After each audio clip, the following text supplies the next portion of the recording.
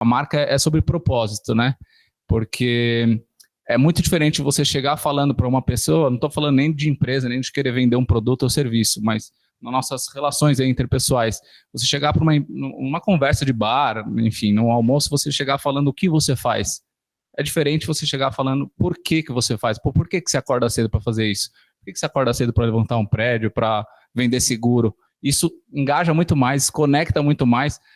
Acho que até o Simon Sinek, ele cita no livro dele, não sei se é num dele ou algum outro que eu já li, você chega numa fila de banco, por exemplo, e você chega e fala assim, pô, deixa eu entrar aqui na tua frente por causa disso, disso, disso. A pessoa não vai entrar agora. Você fala assim, você explicar, pô, sei lá, tô com uma filha pequena em casa, eu preciso...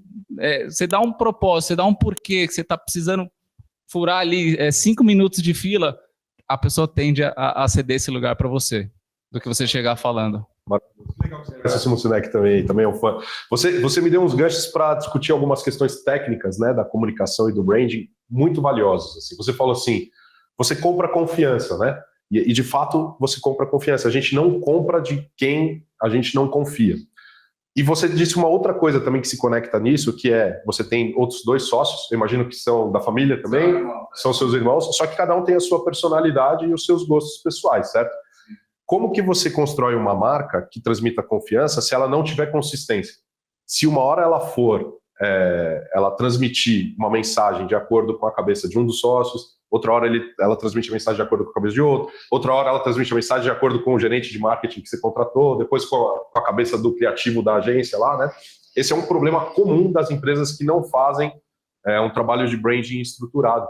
Porque quando a gente faz um trabalho de branding estruturado, como vocês fizeram, você constrói uma personalidade, né, para sua marca. E aí, as pessoas que entram em contato com a sua empresa, elas têm de cara uma percepção de uma personalidade, e essa percepção ela é consistente ao longo do tempo, porque existe um trabalho estruturado para aquilo acontecer, né, Dani? Me conta como é que foi um pouco também desse processo da Patini, para a gente entender. É muito interessante mesmo. A gente brinca que o branding ele começa dentro de casa, né? Você tem que primeiro olhar dentro de casa, ver o que você tem, os seus propósitos, seus valores, porque é isso que a gente até cita, né? A gente falou sobre isso um pouquinho, é isso que cria conexão. E hoje em dia, branding é conexão. Hoje em dia, você tem que saber os valores, os propósitos da empresa. Foi, no caso do Patini, um trabalho bastante engrandecedor, porque a gente entrou dentro da empresa dele, conheceu os irmãos dele, soube quais são os valores de cada um. Eles, por serem uma empresa familiar, eles compactuam nos mesmos valores, né?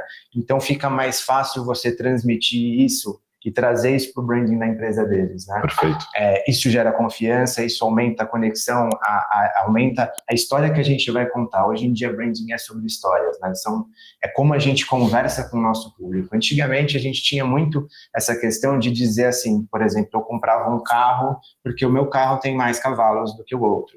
Eu comprava um produto porque ele tem mais chocolate do que o outro. Hoje em dia não, hoje em dia o público já mudou, o consumidor já mudou, ele precisa ter essa história, ele precisa entender essa marca, ele está consumindo muito mais do que os projetos de engenharia ou os seguros, ele está consumindo a marca, a história de vocês, o que vocês agregam na vida das pessoas, né?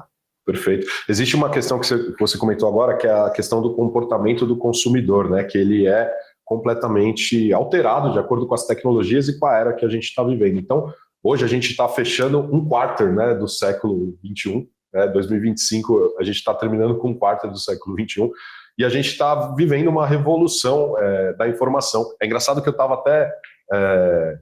o Sarge também, eu sei que ele gosta, que nem eu, de carros antigos, né, de arrumar uns problemas para a cabeça, às vezes pegar para restaurar e tal.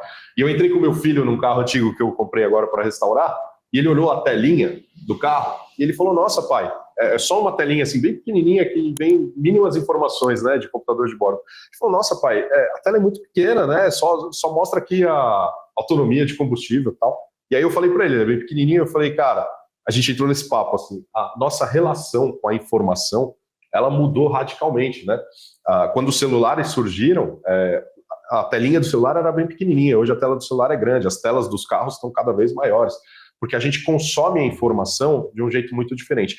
E nesse consumo de informação tem aquela questão que é super discutida, que a gente é muito bombardeado de informação, então nosso cérebro não consegue processar e tal, e eu vou chegar nas marcas, calma.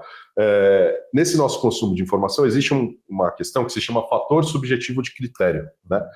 que é aquela questão humana da gente bater o olho em alguma coisa e já criar um conceito sobre aquilo. Isso é, inclusive, perigoso porque é a origem do preconceito, né? Em todas as esferas dele.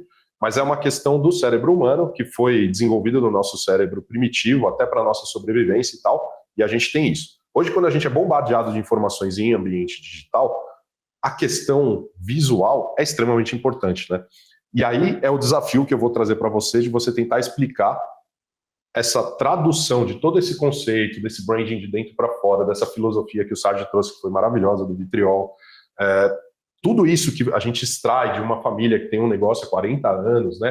Uma história super bonita e tal, e aí você tem que transformar isso num logotipo, né? Numa expressão visual que a pessoa vai bater o olho ali, rolando o feed do Instagram, e ela vai ter uma sensação, né? Quando ela olhar para aquelas cores, para aquela imagem, para aquele símbolo e tudo mais. Como que é esse seu trabalho criativo, Dani? Como que é esse processo? Até para a gente entregar um valor para a galera que está assistindo a gente, assim, como que essas pessoas podem fazer esse processo dentro das empresas dela? O que é relevante? Legal. Eu acho que inicialmente é o diagnóstico da empresa, como a gente já comentou aqui, né? Percepção de valor, objetivos, saber o que a empresa entrega de fato, porque o branding ele tem que ser verdadeiro, né? Não adianta a gente criar, o Felipe falou um pouco sobre isso, não adianta a gente ter uma imagem muito bonita, mas na hora da entrega também a entrega não condizer ali. Uhum. Mas a gente primeiro parte desse diagnóstico, partindo desse diagnóstico a gente começa a traduzir esses valores em pequenas expressões, traduzir em algumas palavras-chave, traduzir em que paleta de cores conversa com tudo isso, para que a gente possa, de fato, reunir todas essas informações, aterrissar essas informações, um desafio muito grande que a gente tem hoje falando criativamente, né? Com a velocidade da informação, a gente tem acesso a logotipos que provavelmente a gente não veria na nossa vida. Hoje a gente tem acesso na palma da nossa mão. Então, como a gente cria um logotipo único? Como a gente cria um logotipo, um logo, né? Um ícone, um símbolo que seja memorável, que tenha conexão, que tenha valor, que transmita isso para os consumidores daquela marca, né? Eu acho que esse é o nosso principal desafio. A gente usa muito de semiótica, a gente usa muito de bagagem que a gente constrói fora do trabalho, fora do design, fora do marketing, bagagem do que a gente vê, do que a gente sente, e tem um pouquinho da sensibilidade também. A gente olhar todos aqueles valores e falar, tá, beleza, como é que esse público vai entender essa marca? Como é que esse público vai absorver, consumir? E o principal motivo disso tudo a gente precisa hoje ter fãs das nossas marcas. A gente não precisa mais... Comunidades, exatamente. Aquela ideia de só ter o consumidor ali, o cara que eu vou vender um produto e ele vai consumir o produto, gostando ou não, e ele vai embora, ela é uma visão muito ultrapassada. Hoje a gente precisa absorver fãs nas nossas marcas, né?